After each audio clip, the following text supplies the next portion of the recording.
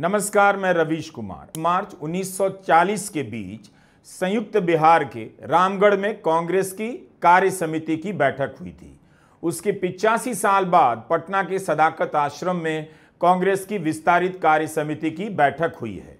दोनों बैठकों की तुलना नहीं की जा सकती, लेकिन कुछ संदर्भ ऐसे हैं जिन्हें अनदेखा भी नहीं किया जा सकता।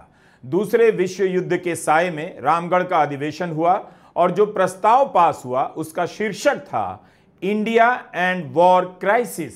प्रस्ताव पास हो जाने के बाद महात्मा गांधी ने सत्र को संबोधित किया और इस बात पर जोर दिया कि किसी आंदोलन के शुरू करने से पहले क्या क्या तैयारी की जानी चाहिए।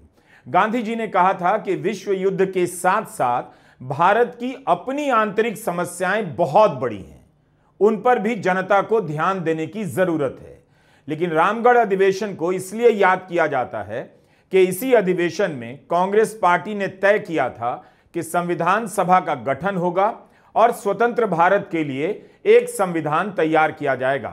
रामगढ़ अधिवेशन के समय मौलाना अबुल कलाम आजाद कांग्रेस के अध्यक्ष थे और इस समय मल्लिकार्जुन खड़गे हैं। संयोग देखिए कि 85 साल बाद जब पटना के सदाकत आश्रम में कांग्रेस की कार्य समिति की बैठक होती है तो उसके प्रस्ताव की शुरुआत संविधान पर हमले की चुनौती से होती है, जिसमें लिखा है कि कांग्रेस कार्य समिति का मानना है कि संविधान और गणतंत्र पर बीजेपी आरएसएस के निष्ठुर हमले बगैर रुकावट के लगातार जारी हैं। स्वतंत्रता, समानता, भ्रातृत्व और न्याय आदि हमारे लोकतंत्र के बुनियादी सिद्धांतों को ईंट दर ईंट ध्वस्त किया जा रहा है। हम लोकतंत्र की जननी बिहार में अपनी एक्सटेंडेड CWC की मीटिंग आयोजित करके इस देश के लोकतंत्र और संविधान को बचाए रखने के अपनी प्रतिज्ञा को पुनः दोहरा रहे हैं। ठीक 85 साल बाद रामगढ़ AICC सेशन में पहली बार संविधान सभा का प्रस्ताव आया था। महात्मा गांधी जी, पंडित नेहरू जी, सरदार पटेल जी, डॉक्टर अंबेडकर एवं संविधान सभा के सदस्यों ने मिलकर देश के नागरिकों को एक व्यक्ति एक वोट का अधिकार दिया। लोकतंत्र का आधार है निष्पक्ष और पारदर्शी चुनाव, परंतु आज चुनाव आयोग की निष्पक्षता और पारदर्शिता पर ही भयंकर सवाल उठ रहे हैं। रामगढ़ अधिवेशन में उस समय के कांग्रेस अध्यक्ष मौलाना अबुल कलाम आजाद का भाषण देख रहा था।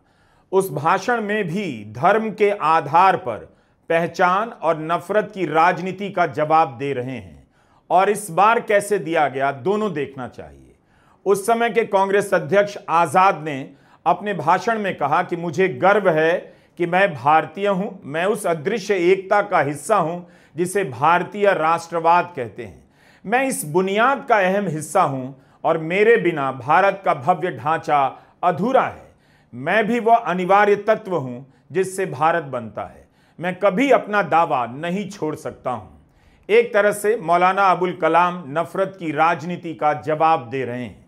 1939 तक आते आते सांप्रदायिकता का सांप फन काढ़कर भारत की नियति पर हमेशा के लिए बैठ चुका था। धर्म के आधार पर नफरत की चिंगारियां फैलने लगी थीं और देश बांटने की बात होने लगी थी। उसी संदर्भ में मौलाना अबुल कलाम आजाद कहते हैं, मैं भारत की एकता का अभिन्न हिस्सा हूं और मेरे बिना इस एकता की बुनियाद अधूरी है।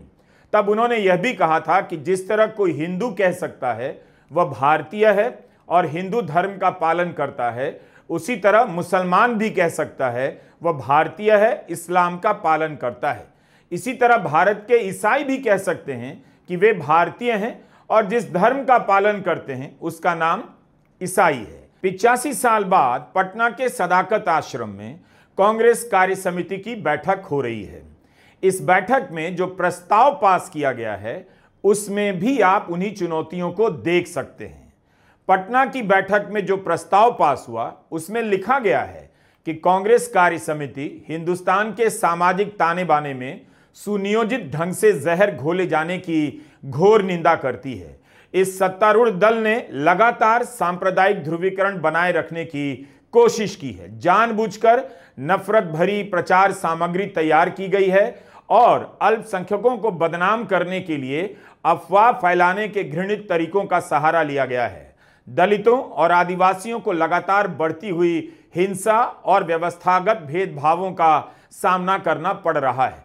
सरकार के शीर्ष स्तर पर उस आरएसएस को मुख्यधारा में लाने के शर्मनाक प्रयास किए गए हैं, जिसने लगातार भारत के संविधान के प्रति निष्ठा का अभाव सिद्ध किया है। पटना में कांग्रेस की विस्तारित कार्य समिति की बैठक उस समय हो रही है जब बिहार में चुनाव होने जा रहा है।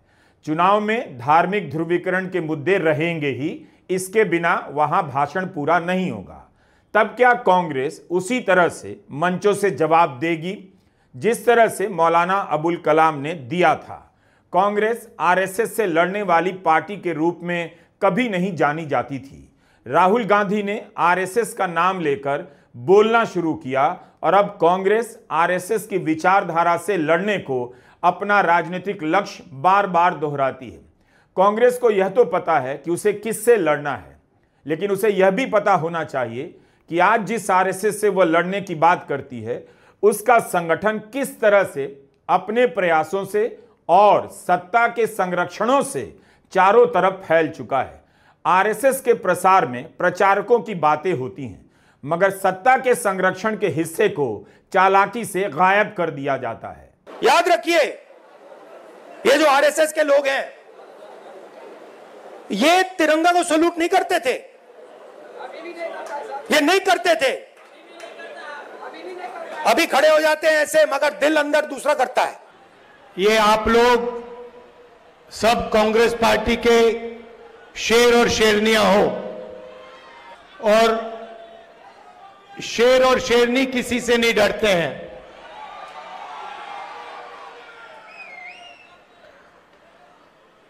आप हमारी रीढ़ की हड्डी हो, कांग्रेस पार्टी की बैकबोन हो, आपके खून में, आपके डीएनए में कांग्रेस पार्टी की विचारधारा है, और ये पूरे देश में विचारधारा की लड़ाई चल रही है। एक तरफ आरएसएस नफरत और हिंसा की विचारधारा, बांटने की विचारधारा, भाई को भाई से लड़ाने की विचारधारा, और दूसरी तरफ कांग्रेस पार्टी सत्य और अहिंसा की विचारधारा, जोड़ने की विचारधारा, नफरत मिटाने की विचारधारा। यह लड़ाई चल रही है और आप लोग सत्य और अहिंसा के सिपाही हो। 90 के दशक में सत्ता गंवाने के बाद कांग्रेस ने बिहार में उम्मीद छोड़ दी थी कि यहां कुछ हो सकता है, लेकिन बार बार प्रदेश में अध्यक्ष बदलने, नेताओं के छोड़कर चले जाने, विधायकों के बिक जाने के बाद भी कांग्रेस उस बिहार में बची रही। उसी बचे हुए संगठन के दम पर यहां कांग्रेस की विस्तारित कार्य समिति हुई है। दूर से यही दिख रहा है कि कांग्रेस बिहार को लेकर अपनी रणनीति बदल रही है। बिहार के चुनाव में अभी तक बीजेपी के लिए आसान होता था आरजेडी को टारगेट करना, लेकिन लगता है कांग्रेस इस गठबंधन में आगे चलकर वोट चोरी के मुद्दे पर बीजेपी को घेरने की रणनीति पर काम कर रही है। दिल्ली में वोट चोरी पर 7 अगस्त की प्रेस कॉन्फ्रेंस के बाद राहुल गांधी बिहार चले आए। 17 अगस्त से 1 सितंबर तक वोट अधिकार यात्रा करते रहे। इस दौरान उन्होंने 1300 किलोमीटर की यात्राएं की और बिहार के अलग अलग हिस्सों में गए। विपक्षी गठबंधन के नेता और मुख्यमंत्री भी बुलाए गए। क्या इस यात्रा ने बिहार के प्रति राहुल गांधी के नजरिए को बदल दिया है? इसके पहले राहुल गांधी बिहार में सभाएं करने जाते थे तो शाम होते होते दिल्ली आ जाते थे, लेकिन इस बार यात्रा के दौरान लगातार बिहार में रहे। भारत जोड़ो यात्रा के समय भी बिहार प्रमुखता से रूट पर नहीं था। तो क्या वोट अधिकार यात्रा ने राहुल गांधी की उम्मीद बढ़ा दी है कि बिहार के बिना अब राजनीति नहीं हो सकती और राजनीति करनी है तो बिहार में रुकना पड़ेगा, टिकना पड़ेगा? राहुल गांधी जी ने जो वोट अधिकार यात्रा निकाली थी तेजस्वी जी के साथ, उस यात्रा को जो जनसमर्थन मिला, वो अप्रत्याशित रहा। वोट अधिकार रैली मतलब जो गरीब है, दलित है, पिछड़ा है, अल्पसंख्यक है, वंचित है, उस कमजोर व्यक्ति का अगर कोई वोट चोरी कर रहा है, छीन रहा है, तो उस संवैधानिक अधिकार को जो हनन करना चाहते हैं, उन ताकतों के विरोध में ये यात्रा निकली थी और बहुत सफल यात्रा रही। बिहार में चुनाव बहुत दूर नहीं है और जो बदलाव की आहट पूरे प्रदेश में है वो हम लोग भी समझ रहे हैं और जान रहे हैं। इसलिए कांग्रेस पार्टी बहुत मजबूती से ये चुनाव लड़ने जा रही है। पार्टी कोई भी हो, बिहार में अगर उसकी जड़ें नहीं हैं तो उसकी राष्ट्रीय प्रासंगिकता कमजोर हो जाती है। संगठन कमजोर है तो कम से कम वैचारिक जड़ें होनी चाहिए, मुद्दे ऐसे होने चाहिए जिस पर जनता बात करे। कांग्रेस को समझ आ गया है कि बिहार की राजनीति में प्रासंगिक होना पड़ेगा, इसलिए पिछले 1 महीने से कांग्रेस बिहार में सक्रिय नजर आ रही है। राहुल गांधी बार बार बिहार आ रहे हैं। कार्य समिति की बैठक के तुरंत बाद 26 सितंबर को प्रियंका गांधी मोतिहारी आ रही हैं। मोतिहारी में यह उनकी पहली सभा होगी। वैसे राहुल गांधी के एजेंडे में बिहार की जगह गुजरात होना था। आपको याद होगा 2024 के चुनाव के बाद नेता प्रतिपक्ष के रूप में राहुल गांधी ने अपने पहले भाषण में प्रधानमंत्री मोदी को चुनौती दी थी कि कांग्रेस इस बार गुजरात में बीजेपी को हराएगी। क्या राहुल गांधी को अपना दिया हुआ चैलेंज याद भी है? मैं जाता रहता हूं और आपको गुजरात में हराएंगे इस बार। आप लिख के ले लो, लिख के ले लो, आपको ऑपोजिशन इंडिया गठबंधन गुजरात में हराने जा रहा है। लेकिन इसके बाद अप्रैल 2025 में अहमदाबाद में कांग्रेस कार्य समिति की बैठक होती है। गुजरात में भी 64 साल बाद कांग्रेस की कार्य समिति की बैठक हुई थी। इस अधिवेशन में कांग्रेस ने 2027 के विधानसभा चुनाव की रणनीति पर विचार किया था। अब उसी कार्य समिति का विस्तार बिहार में हुआ, जिसे कहा जा रहा है 85 साल के बाद बैठक हो रही है बिहार में। गुजरात और बिहार दोनों जगहों पर कांग्रेस 2.5 से 3 दशक से ज्यादा समय से सत्ता से बाहर है। सदाकत आश्रम में कार्य समिति की बैठक को लेकर जयराम रमेश का ट्वीट देख रहा था। इस ट्वीट को पढ़ने के बाद लगा कांग्रेस अब अपना इतिहास गंभीरता से पढ़ने लगी है। जयराम रमेश ने लिखा है कि मार्च 1940 की पटना बैठक में एक पतली सी पुस्तिका प्रकाशित हुई जिसका नाम था कॉन्स्टिट्यूएंट असेंबली एंड आर डिमांड। इसे जय गोपाल नारंग ने लिखा और इसमें एक प्रस्तावना भी शामिल थी जिसे जवाहरलाल नेहरू ने लिखा था। जयराम रमेश ने अपने ट्विटर हैंडल पर उस प्रस्तावना का एक अंश प्रकाशित किया है जिसमें नेहरू संविधान सभा के बारे में लिख रहे हैं।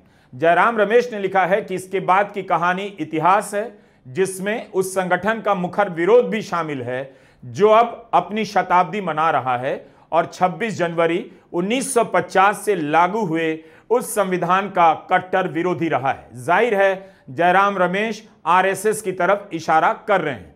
निश्चित रूप से बिहार में कांग्रेस का अपना इतिहास रहा है। 1917 में चंपारण सत्याग्रह से भारत की आजादी की लड़ाई ठोस आकार लेने लग जाती है और यहीं से बिहार कांग्रेस में एक से एक राष्ट्रीय स्तर के दिग्गज नेता पैदा होते हैं। आजादी के बाद भी बिहार में लंबे समय तक कांग्रेस की सरकार रही, लेकिन 90 के दशक से सत्ता से बाहर हो गई। गठबंधन के सहारे राजनीति में रही। यही कारण था कि इस बैठक में बिहार के लिए अलग से अपील जारी की गई। हर चुनाव में यही माना जाता है कि कांग्रेस बिहार में सीरियस नहीं है। इस बार कांग्रेस बिहार में शुरू से सीरियस दिखना चाहती है। हम आपको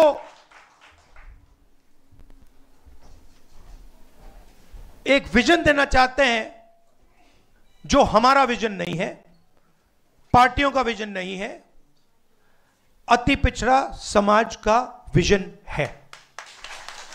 और ये जो हमारे पॉइंट्स हैं, 10 पॉइंट्स हैं। EBC atrocity prevention act, EBC reservation local body में जो 50% की सीलिंग है 9th शेड्यूल में उसे इंक्लूड करना, रिक्रूटमेंट में जो नॉट प्रॉफिटेबल है उसे इलीगल कराना, 5वें नंबर पे डेडिकेटेड कमेटी, जो भी आपके मतलब समस्याएं हैं, ओवर अंडर इंक्लूजन की जो बात है, उसको एक कमेटी देखे।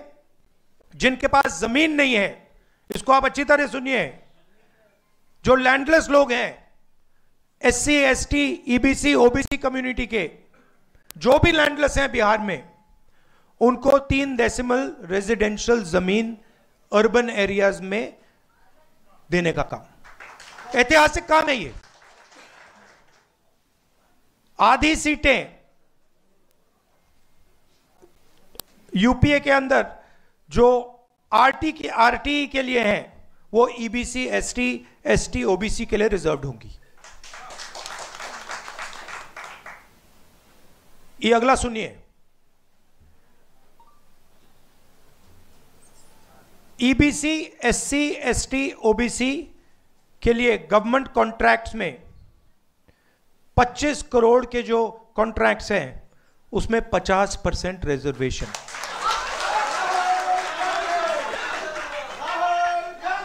आर्टिकल 15 रिजर्वेशन इन एडमिशन प्राइवेट एजुकेशनल इंस्टीट्यूशंस में हम यहां इंप्लीमेंट करेंगे।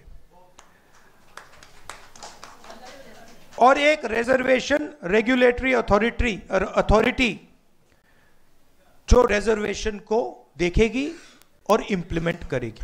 अब ये जो 10 पॉइंट्स हैं, ये आप लोगों से पूछकर, आप लोगों से पूछ के, आपके नेताओं से पूछ के, EBC वर्ग के लोगों से पूछ के, महिलाओं से, स्टूडेंट से, इन सब से पूछकर हमने ये डेवलप किया है। ये हम इसको इंप्लीमेंट करेंगे। लोकसभा चुनाव के समय इसी बिहार की एक सभा से राहुल गांधी ने आरक्षण की सीमा 50% से अधिक करने का ऐलान किया था। भागीदारी के सवाल के बिना राहुल गांधी का अब कोई भाषण पूरा नहीं होता। यही सवाल था जब मंडल आयोग के दौर में कांग्रेस ने अपना जनाधार खो दिया। अब उसी बिहार में राहुल गांधी आरक्षण की बात नए सिरे से कर रहे हैं। लेकिन क्या बिहार उनकी बात को सुनने के लिए रुका है या फिर आरक्षण के मसले से आगे बढ़ चुका है? चुनाव बताएगा। नमस्कार, मैं रवीश कुमार।